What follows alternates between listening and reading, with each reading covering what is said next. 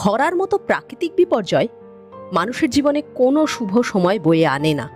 তবে চলতি বছরের ইউরোপের তাপপ্রবাহ ও খরা পরিস্থিতিতে ইতিহাসের এক অধ্যায় যেন পাতা খুলে ধরেছে।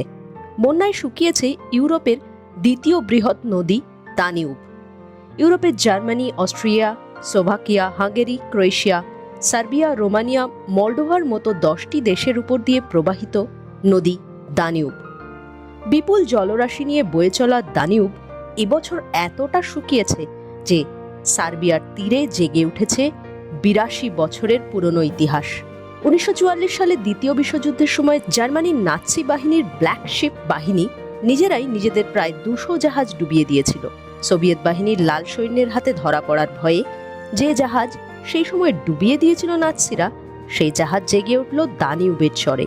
82 বছর পরে একটা খরা সেই ইতিহাস জাগিয়ে তুলেছে। যদিও এই প্রথমবার নয়, 2024 সালের খরাতেও এভাবেই জাহাজগুলি অস্ত্রশস্ত্র সহ জেগে উঠেছিল।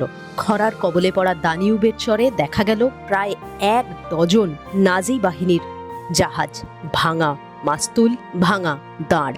সার্বিয়ার প্রাহগ হতে দানিউবের চর এভাবেই তুলে ধরল দ্বিতীয় বিশ্বযুদ্ধের ইতিহাস।